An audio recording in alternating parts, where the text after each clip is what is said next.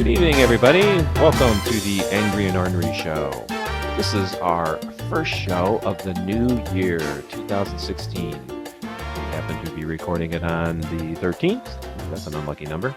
Anyways, this is our salute to the best of 2015. This particular special episode will include our picks for the best shows, TV shows, the best movies, and we're even going to throw in a best video game just for fun. If you are interested in joining us in the studio audience, you need to create an avatar and log into Second Life. That's free. Contact me, Zoltan Mint, and we can get you to the studio. We'd love to have you here. It's fun to have people in the studio asking questions in local chat, which we try to answer as best we can. Excuse me while I tie my shoe here. How professional is that? Also, you can see it on a live stream every other week on Hitbox. Just go to Hitbox and you can watch us stream this show live, unedited. And then finally, we do edit, add graphics and other nice things and post it on YouTube. So if you go to YouTube, you can join the Angry and Ornery channel and see the show nicely edited. Speaking of nicely edited, let's bring out Lionheart, our co-host. Mr. Lionheart, sir, how are you? I'm fair. Is it true that you edit me out of all the episodes? I do. I was hoping you didn't catch on, but... I don't watch our episodes. I know, you don't like to look at yourself, even in pixel form. Is that true? No, I don't like the sound of my own voice. Oh, now you know the hell I go through every other week. Anyways, do you have your picks for the best of 2015? It's 2015? Not this year, last year. That's what we're picking from. Last year was 2013. Okay, why don't we have a seat and get going? I'm very interested in finding out if any of our picks coincide. And what we'd like to do is start with, let's start with TV. How's that? No, you want to start with movies. What do you want to start with? I don't care. I'm easy. It's nice that we rehearsed this, isn't it? Yes, it is. How about this? You do a movie, and then we do a TV. Movie, TV. Nah, we better keep it in all the genres. Let's start with movies, because you know what? That's what I have on my list first. Are you starting with your top pick or your number 3 pick?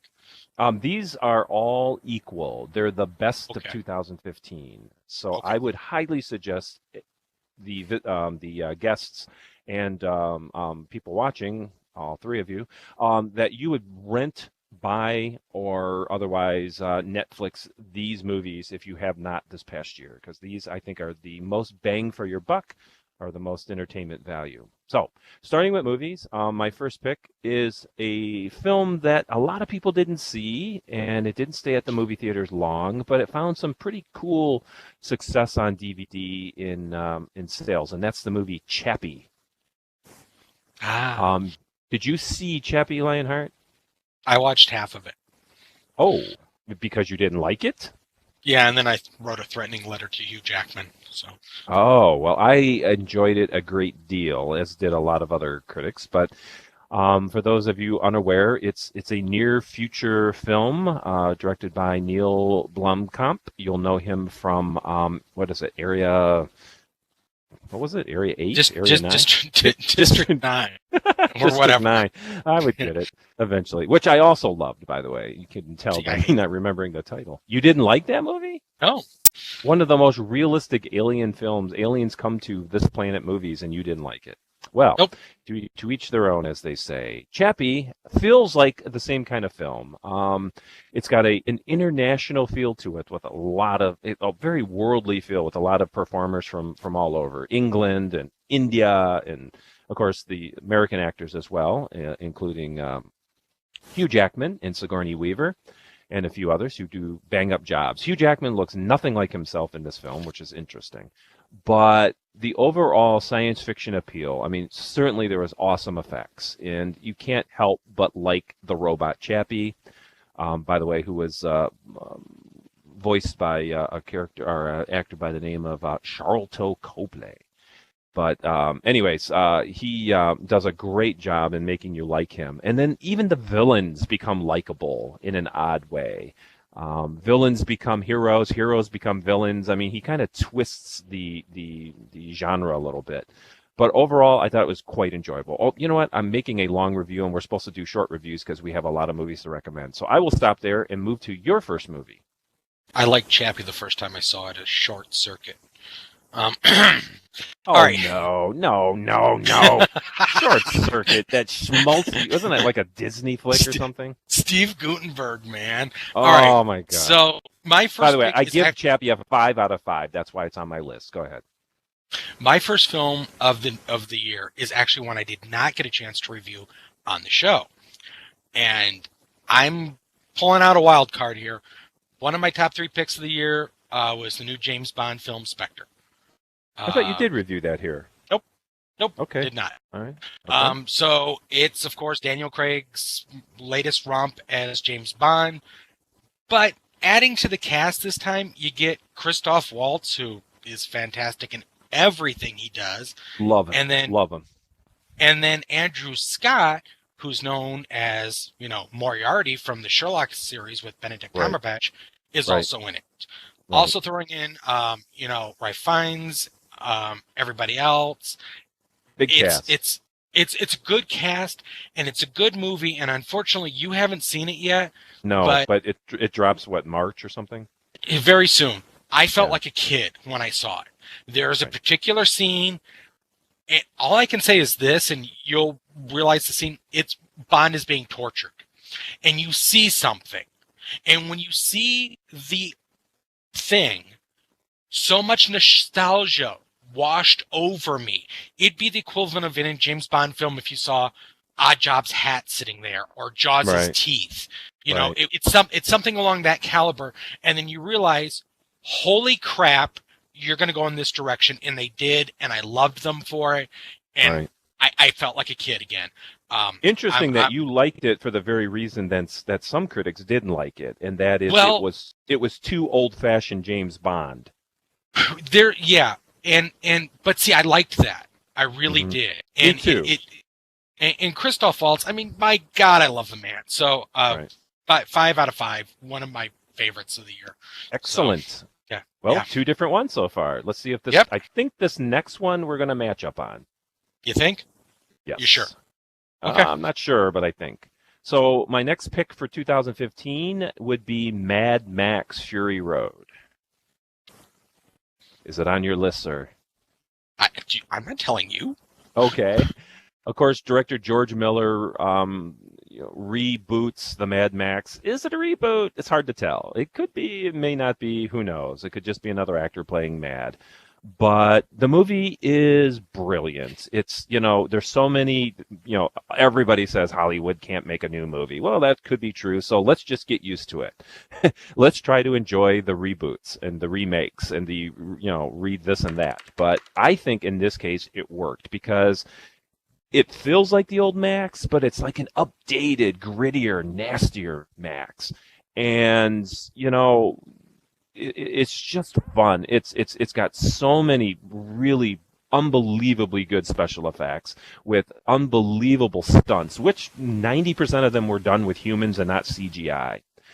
Tom Hardy as the new Max, he doesn't talk a lot, which is great. I think Tom Hardy probably shouldn't talk a lot. But anyways, the point is that you felt his pain and his need for survival and his almost selfish, perseverance. And I think he did a bang-up job on that, quite literally. But anyways, by adding the new female characters and empowering them to be important and not just background, the plot, I mean, the plot isn't that thick, let's face it, but it's Mad Max, right? It's post-apocalyptic, and it's just worked on every level. I saw it at the theater. I loved it. When it came out on DVD, I watched it a second time, and I think I enjoyed it even more the second time because it allowed me to look through all the effects, because let's face it, it's very fast-paced, and see some of the scenes that I may have missed the first time and understand the story a little more. So overall, it was a 5 when I saw it at the theater. It was definitely a 5 on DVD, and I consider it one of the best movies. And by the way, nominated for several Golden Globes and perhaps even some Oscars. And I think it will win some special effects and sound awards. I'd like to see the director and maybe even some other awards given to it. But it's a good film. So 5 out of 5. I'm done. Next. Is it me now? It is you. I never liked you. Oh, I never did. Never Right. liked you. It's okay. Even after 25 years. Jesus, it's been that long. Or Yeah, so. because Mad Max is on my list. You are correct. For once in our bloody lives, we agree. History, on people. History. We agree on something. Not only is it a good storyline, it's so epically beautiful. You can watch the film 100 times and you're going to notice things in the background that you've never noticed before. I mean, Right. there's so much being done with the practical effects. I mean, the war boys on top of the different cars and everything else. But what I suggest you do, and this is something you probably did not do, is go out and find the Mad Max Fury Road graphic novel. Oh. It is a prequel. And the reason why this is important is when you watch Mad Max at the beginning, it shows a little girl and it shows a native-looking man and all this other stuff. Their storyline is in the prequel, and it basically explains how Mad Max got to where he was, where the movie begins. So it gives you a little bit more of a backstory and a little bit more of the hell he went through. Like, the little girl, it's showing the flashes of the little girl falling and the little girl dying and things like that. Everybody assumed that was his child. It's not. Right. It's a separate story. That's why this could be the original Mad Max, or it could be a whole nother character in the Mad Max world. Yeah. It's supposed to be. The only sad thing is George Miller just announced he is not doing the next film. Oh, that's sad. He's out, and that's sad. And I think they need him in some capacity, either writing it or directing it or doing something. Right. But, yeah, I give it a 5 as well. So. Yep. If you like beautiful grunge, which is kind of one of my things now. And the soundtrack is pretty bitchin'. It is, and it won some technical awards, so already. Yeah. But anyways, all right. Next, me, right? Yes, sir. It wouldn't be complete if I didn't include a movie that snuck in right at the end of the year, just a little film called Star Wars: The Force Awakens. I have not officially reviewed this film yet, and I don't think this is an official review because it's too fast. But let me tell you, it was a big, big release with a big, big build-up and a lot of high expectations. And the best review I can give it is this. It met my expectations. Did it exceed it? No. But it met my expectations. And that is hard to do in any modern film because it seems like film after reboot is just a disappointment. But not this one. Was it the same story as Star Wars: A New Hope, which was originally titled Star Wars, by the way? Yes. I mean, almost frame by frame, it's a retelling of Luke Skywalker. But I don't care. I embrace that. I like that. I thought that was a cool technique done by J.J. Abrams, and using the very attractive Daisy Ridley, who plays Rey, as Luke's protege, perhaps. I'm not going to ruin it, by the way. There's no plot busters here because it's fairly new still at the theaters. And let me remind you, Rob, who you sound like you gagged at the mention of Star Wars. Yeah. Well, I'm going to hate you back now because this is a world record setter, the highest grossing film. It's broken probably 15 different records. Let's look at what it's replacing, though, as the world record breaker. Avatar, which was a human piece of... You are so wrong. Avatar is a great movie. It's a fun movie. It was a history-making movie. It was the first 3D movie that really worked. And what else? Titanic? You're going to say Titanic is crap, too. No, because I hate James Cameron. He sucks. He's as bad as Steven Spielberg. Okay, well, keep shitting out your mouth because that you're letting people know who really knows what's going on. Well, we'll edit that out too. Anyways, I Leave it think in, it's Star Wars. fine. Star Wars is a delight, and I was for moments, like you said, you were in Bond, a little kid again, and I just was taken away by it. I got caught up in the whirlwind of it. I think the new villain is hideous and horrible. There's been some debate: is he as bad as Kylo Ren? Is he as bad as Darth Maul or Darth Vader? Yes, he is. He's horrible. What he does in this movie is hideous. And, just because he's a young kind of hipster type kid playing that role doesn't make him any less vicious. And without any plot spoilers, he does horrible, horrible things. So, and, it sets up for the second film, and I can't wait. And I think that's what you're supposed to leave that movie feeling, like a little kid who can't wait for the next installment. So, 5 out of 5. I love Star Wars. It's not out on DVD yet, and it won't be for a very long time. So go to the movie and watch it. Okay, I'm done. Next. Okay, so my last pick is, oddly enough, the very first film I saw of 2015. I saw it in the theaters when it opened in January of 2015, and everything that I saw after that, I compared to this film to see how much, if it was better or worse. It was my standing off point. And oddly enough, it has Mark Hamill in it, which is funny. My last pick is Kingsman of the Secret Service. I love that movie. Loved it. Flippin' love that film. I've watched it, I can't tell you how many times. And even though it's a simple plot, much like Mad Max, if you watch it, you're going to notice things in the background that you never noticed before. Right. The young kid that they got in it, Tor Egerton, however you say his name, right, he's good, and I can honestly say this is the first film ever in the history of my life that I've liked Colin Firth in. I'm not a Colin Firth fan. I love Colin Firth. I'm not a Colin Firth fan. Oh, I don't know why. Did you see his Academy Award winning one? What is it? The Speaker or the Speech? Or what I saw the King's Speech, but the King's Speech, right? I love that movie. Mark Strong is fantastic in it. Mark Hamill with his little cameo is great. Samuel L. Jackson playing the over-the-top villain is just freaking awesome. Right. And, it would be in my top 5, Lionheart. It just didn't make the 3. I've watched it so many times, I know it by heart. So, but definitely, my 5 out of 5 on that one. Excellent. Great film. See it, please. Well, these are all really good, safe choices. And, movies that are popular for a reason. I mean, yes, a lot of them get a lot of good publicity and have money budgets behind them. But a lot of them, that we're recommending are good just on their own merits. They're films that were made well and, can change your view on things. So, anyways, are we done with movies? Done with movies. We're moving on to TV. Holy cow, we're going to blow through these fast. Go. Better Call Saul, one of my first picks, spinoff from Breaking Bad. Loved it, loved every episode, specifically loved the second episode. Wasn't so sure about the first one. It was kind of weird and moody. The second one came along, and it felt like the old director's back again. Of course, Vince Gilligan I'm talking about. It was nominated for some Golden Globes. Bob Odenkirk is terrific. I can't wait for the new season because it's going to start exploding just like Breaking Bad did. So, one of my top 3 TV picks for 2015, Better Call Saul, 5 out of 5. Your turn.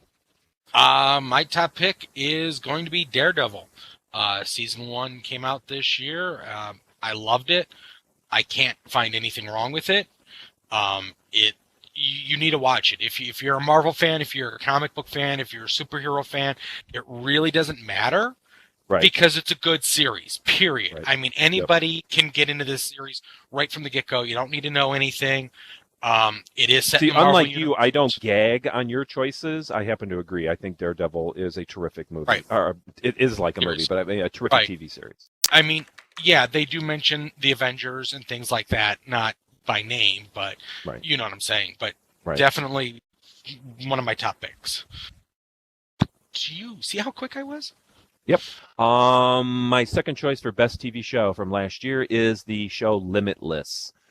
Based on the movie, loosely based on the movie.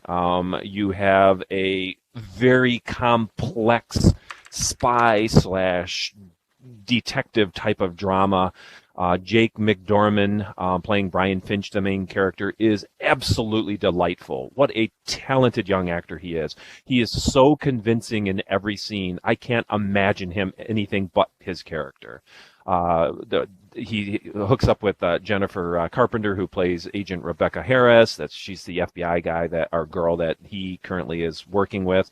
And then there's a lot of other interesting, quirky characters. But the main thing that makes this a beautiful show is it's intelligent, it's complicated, you don't know ever where it's going, and it keeps me on the edge of my seat. And if you watch Sherlock and you know how Sherlock, they kind of get in his head with a lot of graphics, and they show how bullets pass through bodies. And well, Limitless does the same thing, but it does it in a kind of much more, I don't know, American way, if you will. Every time there's a text or something that's printed, it prints across the screen so you can see it as well. So that kind of thing. Love that show. I continue to watch it. I can't wait for it to come back out of its little winter hiatus. It's really a lot of fun. So 5 on 5 on that one. Limitless. Your turn. My next pick, unfortunately, you probably haven't seen. Jessica Jones, set in the Marvel I haven't world. seen it. Want to see it? It's a Netflix thing. Yeah, I didn't review it on the show. It's really, really good. David Tennant is in it, and that's enough to watch it because he is the villain, and I've never seen him do a villain before, and he is phenomenal. Not only that, and if you're listening, please call me. Kristen Ritter has a great ass. What? And you get to see, yeah. Oh, she's got a great ass. I don't ever say this, but this is one of the few series. Do not let your younger kids watch it. If they're under like 14 or something, I would say no, because every episode there's hardcore sex. Every episode. I mean, it's people. Yeah, it's rough. I mean, I blushed. But she's got a great ass. But like the audience is saying, Tennant is in it from Doctor Who, and he plays a villain, right? Oh my God, he is just he's basically a Jedi. If he says something, you do it, and he actually ends up spoofing Obi-Wan Kenobi at one point, which is awesome. Nice. But yeah, Jessica Jones, awesome. They also do a backdoor pilot throughout the whole thing for Luke Cage. The actress that plays Jessica Jones is from Breaking Bad too. Just to point that out. Right, Kristen Ritter. Yeah, she's right. Freaking hot. She's very beautiful.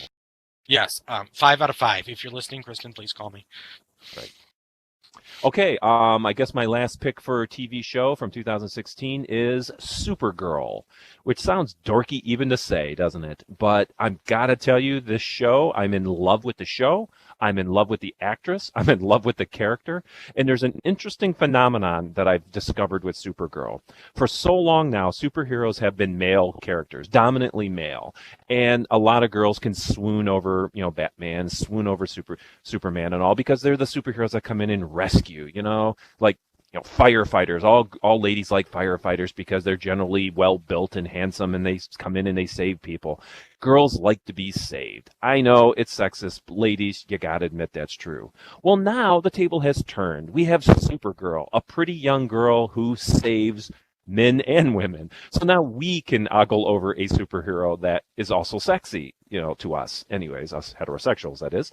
But the point is, it's well made. It's kind of it's like eating a box of donuts. It's sweet, it's cute, but you crave it. And I look forward to it every week because it might be simple, but it's not filled with the Batman and even Superman sometimes, and certainly the Marvel characters. It's not filled with that emo and that self-loathing. And I hate being a superhero. Why do I have to be?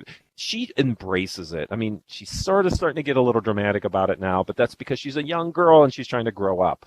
But overall, every episode basically contains her beating the crap out of a bad guy. And that's really cool, and it's really fun, and it's different. And I think it's well written. They just introduced the Martian Manhunter into it. There's talk of all types of other Superman villains coming into it as well. So it's really worth a look. Catch it. It's only, 6-7 episodes into it now. It's in a hiatus. It'll be back in February. Catch it. I'm telling you, you'll enjoy the heck out of it. It's good TV, popcorn entertainment. That's my last TV choices. Lionheart. 5 out of 5. 5 out of 5. Go ahead. I'm gonna out nerd you. You said it was nerdy doing Supergirl. My last pick is the most recent season of The Librarians. I have something about this series. I loved the first season, loved the second season. I don't think I reviewed the second season on the show at all, but it's a spinoff of the Librarian movies that what is his name? Nola Wild. What the hell? Nola is his Wild, name? yeah, from Yeah. Emergent, not emergency, yeah, From ER. ER.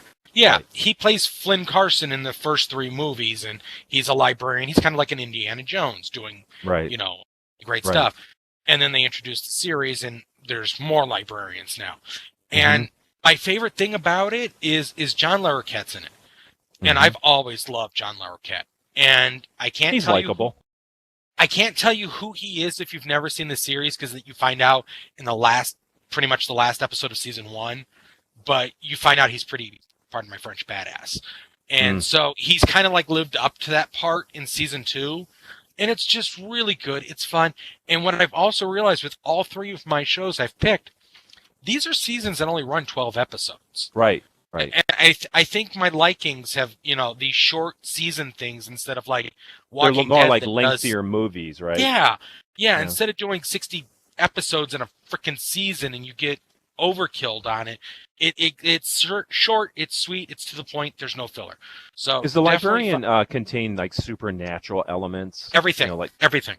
So it's Everything. on the level of Indiana Jones, or is it even more so? Like magic exists for sure, and that kind of thing? No. Magic is real. Magic has gotten out, and that's actually the whole basis of both seasons. Okay. I do want to pick it up and watch it. I've heard a lot of good things about it. It's great. It's great. I heard the first season wasn't that great, though. Is that true? No. The first season's fantastic. Okay. You get Bruce Campbell as Santa Claus. Okay. And it's awesome. Now, it does take itself serious, right? It's not like a parody or anything. No, it does take. There's an episode that actually, you're going to mark this in your calendar. I almost cried. I physically almost cried. There's an episode where they're stuck in a video game, which is a nice segue to you in a minute. And they're in a loop, and only one person realizes that they're stuck in this loop. And he's watched his friends die thousands of times over now. And at one point, they ask him how many times, and he's like, I've lost count. Well, much later on, after it's been a lot more times, the Rebecca Ramon character tells him this, harrowing story of people from World War II. And he just looks at her, and she goes, "What?" And he goes, I've heard you say that story so many times now, I've forgotten on top of all the other times. And she goes, "Why did you let me say it again?" And he goes, "Just because the fact I like the way you look at me when you say it to me." And it's just so gut-wrenching, because this one character who's going through this hell is the bastard of the group. He's the thief, and it's his own personal hell, and it's just, you want to cry. All right, Lionheart, you went on way too long. What do you rate it? I give it a 5. Excellent. All right, great TV picks, great movie picks. Now, we mentioned as a bonus we were going to do a video game. Now, do you have one to recommend? Yes. All right, then why don't you go first? I'm picking from July of this year, or 2015, the Godzilla video game finally streeted in the U.S. for the PlayStation. I would suggest if you have a PlayStation, pick it up on PlayStation 4. You can do a lot more, but it's fun because you start off playing the game in the tutorials in black and white, and it's classic G. You run, stomp, kill monsters, and it's just, you laugh. It's one of those games. It's a no-brainer. What's the full title? Godzilla. Period. Just Godzilla, not Godzilla 2015 or anything. Nope. Okay. Nope, just Godzilla, and it's a lot of fun. You play all the classic monsters. You fight against them all. Once you unlock them. Is it video game-ish, or is it story-driven? I mean, it's not role-playing or anything like that, right? No, it's video game-ish. It's if you play story mode, it's you go destroy this city, and now you're going to move on, and you're going to go destroy this city. Cool. And, good graphics? You know what? The graphics are very, very great. On graphic level, I give it a 10. The only thing I don't like is the controls are a little odd. The first How time many play hours do you think? Oh my God, I've logged so many, I've lost count. Okay. It's one of those you can keep playing it and keep unlocking and just keep going and going and going and going. And then you can play everybody individually. So definitely 5 out of 5. So cool. Yep. No surprise that I'm going to recommend Fallout 4. Most of the people in the audience and you, Lionheart, know that I've been devoting some time to playing that lately. It was a Christmas gift. I got it probably later than most, but I play it on a PC console. And I like it that way just because of all the little add-on things that the PC game comes with. But anyways, if you played Skyrim, which I highly recommend from many years ago, then you're going to love Fallout 4 because it's basically the same engine. It's the same, almost the same story, but it's that element that you can walk in a straight line forever and never hit a boundary. I mean, you can literally walk until you fall asleep and never hit the same boundary. So that has that going for it. But if you get involved with the main storyline, you're looking at about 60 to 80 hours to complete. So it's a pretty lengthy storyline. But then there's these side quests. As you know, Skyrim had it as well, where you can go on and on and on with side quests that repopulate themselves. So if you finish one, it triggers 10 new ones. But anyways, Fallout 4, if you don't know, is a post-apocalyptic world, but it's set in like the 1940s. And here's the really cool element that separates it from Skyrim, probably why I like it better. Skyrim's fantasy-oriented. This is modern day or futuristic, is the fact that you can turn on a radio station. Matter of fact, they have several radio stations, and it plays music. And one of the channels is comes out of Diamond City, which you eventually reach. But there's a DJ there, and he's this mopey, sad little DJ who has these little comments between songs. And he plays nothing but like jazz standards, like Ella Fitzgerald and maybe some other songs too. But anyways, there's a good selection of maybe 20, 30 songs. But what's so cool about it is you're listening to this isolated radio station and this old music, and you're walking through this bombed out, burnt out city, waiting for something to jump out at you. And it's creepy as hell. And you just don't know what's going on at any given moment. So very, very big suspense level, high playability, lengthy time to play. So it's worth the 60, 70 bucks to purchase and play. So I give it 5 out of 5. A wonderful game by wow, I can never pronounce the company. Bethesda. I don't know. It's a city in California. Great game, and you'll have a lot of fun with it. Just make sure you can realize that you're not going to get any sleep. Anyways, that's my pick for video game. Really good selections, don't you agree, Lionheart? Yes, except for yours. Except for yours. No, I've seen some of yours, and I want to see some of yours, and I will. And you should be open-minded and see some of mine so that you're not quite such an idiot. Uh-huh. Anyways, go and rent, buy, borrow, whatever, and watch this good quality stuff. You can't go wrong. Those are our picks for 2016. Let us stand, shall we? And salute, 2015. You're watching them in 2016. And salute those quality things in 2016. We will put that to rest. Thank you, ladies and gentlemen. We look forward to a new year of reviewing movies, games, TV shows, and having special guests on as well. So please keep tuning in. Unless we Powerball and then we're right. Powerball tonight, as you know, 1.8, I believe it might be higher, $1 billion. And if that's the case, anybody that has logged in or watched our show, I will send them a gift. Now you wish you would have, huh?